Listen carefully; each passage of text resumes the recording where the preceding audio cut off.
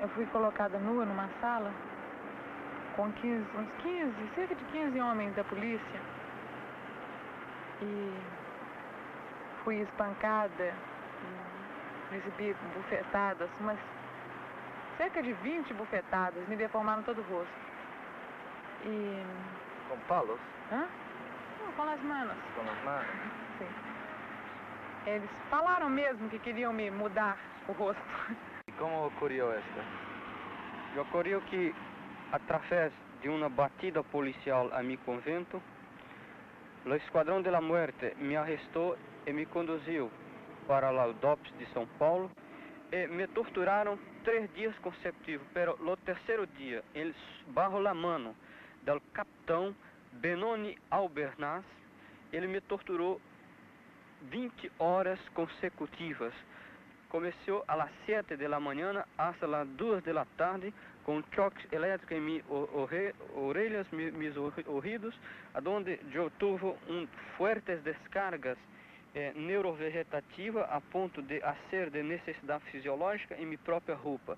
E não me deixaram fazer nenhuma limpeza física e higiênica.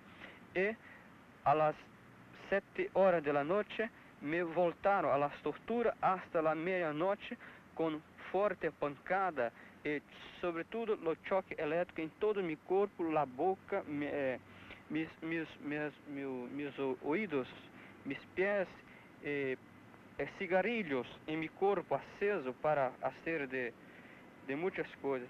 Pero no quarto dia, sabendo que eu volveria à tortura, eu tentei a morte cortando meus pulsos esquerdo, na cicatriz acá.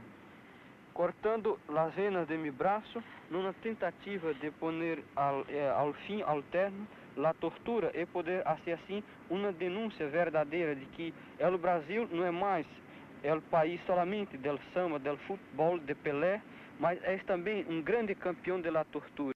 O choque elétrico parece a mim e a maioria dos companheiros a pior das torturas. Muitos companheiros defecam, urinam e inclusive ejaculam sob o efeito do choque. Agora, o choque é corrente contínua, não é um pequeno choque de 1 minuto. Há um companheiro que ficou no Brasil que sofreu um choque contínuo durante 20 minutos.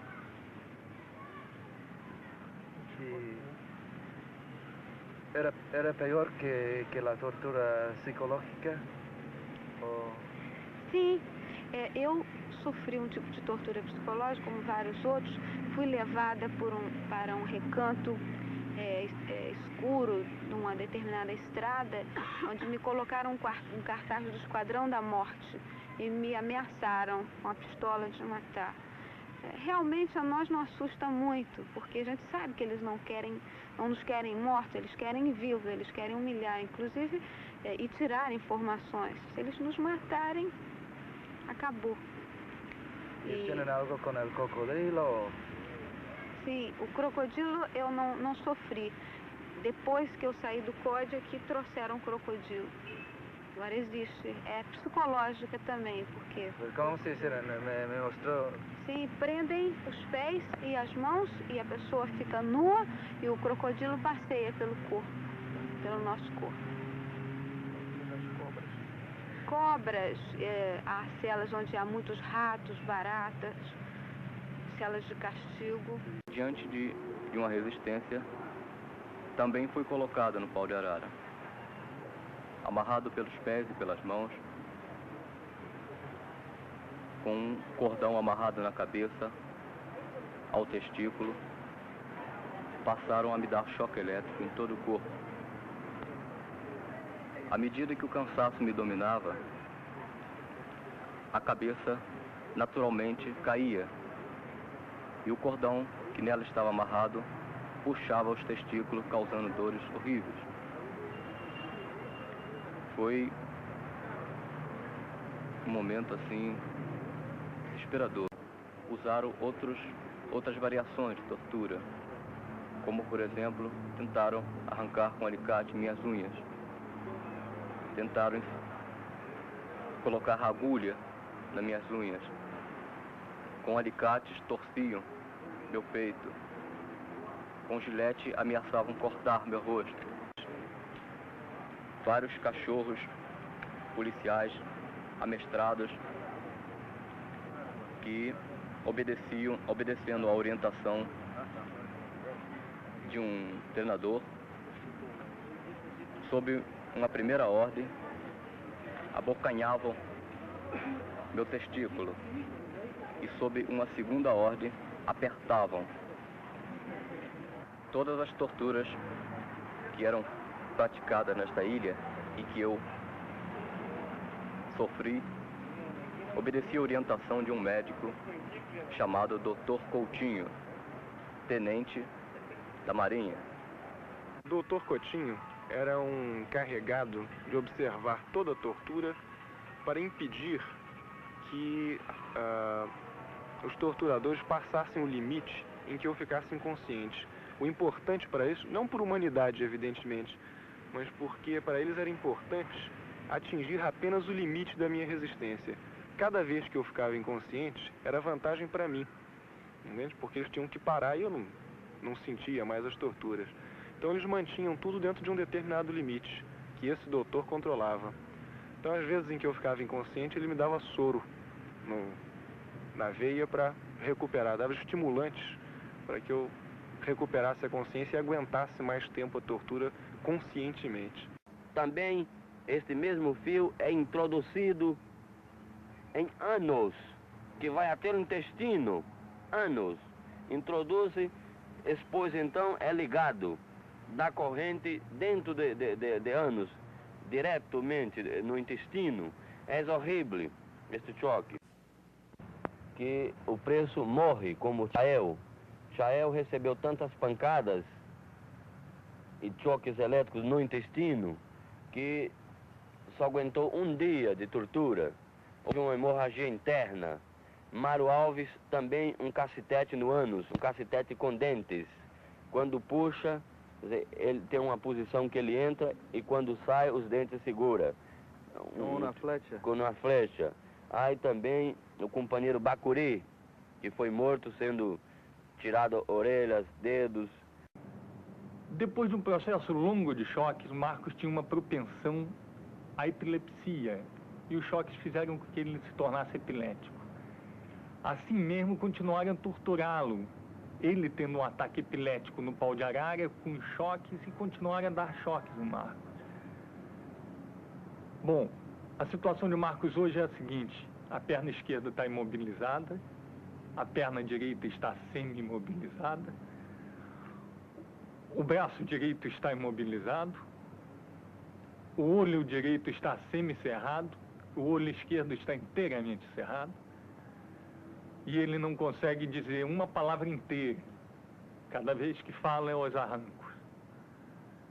A tortura, como foi?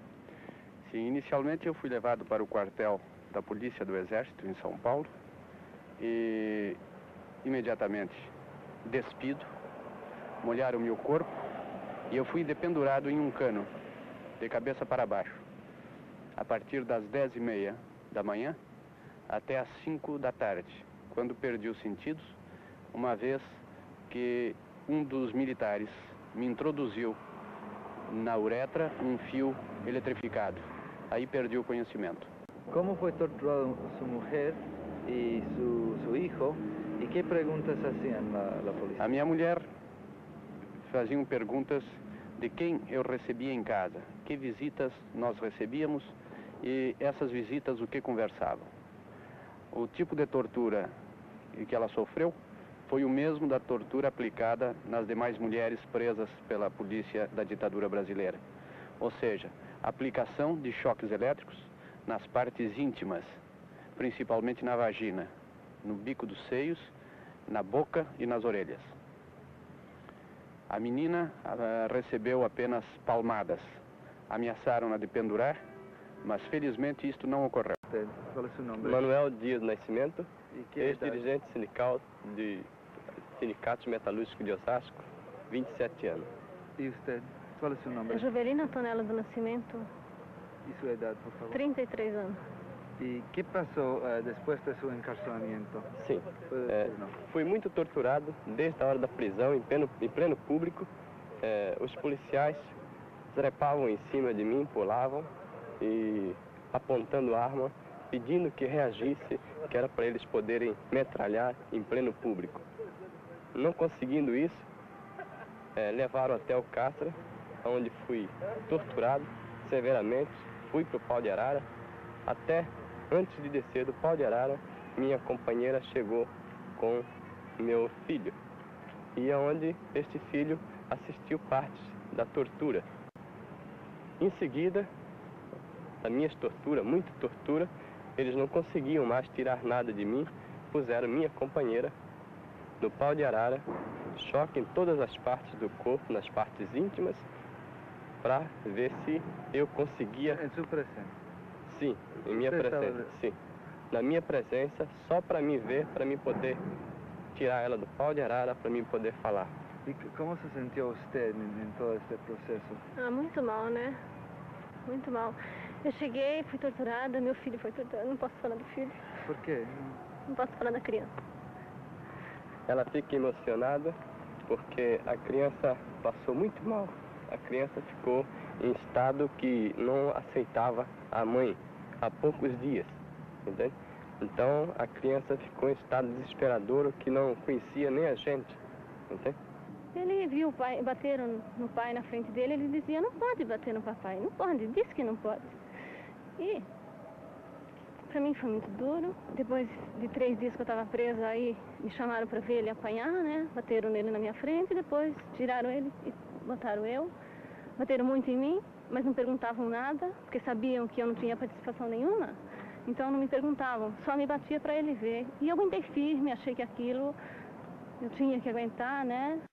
Esta tortura se chama pau de estrada, com a particularização de pau de homicida.